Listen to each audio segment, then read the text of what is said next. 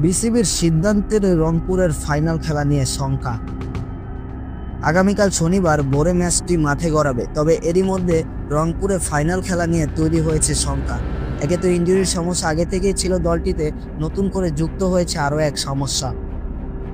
মূলত Bangladesh cricket board BCB Rangpur শিবিরে থাকা জাতীয় দলের 3 ক্রিকেটারকে ছেড়ে দিতে বলায় বিপাকে পড়েছে ফ্র্যাঞ্চাইজি কর্তৃপক্ষ।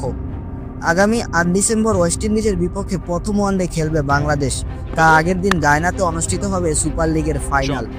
সৌম্য সরকার, রিশাদ হোসেন ও আফিফ হোসেনকে ফাইনালের আগেই বাংলাদেশ দলের সঙ্গে যোগ দিতে বলেছে বাংলাদেশ ক্রিকেট বোর্ড বিসিবি।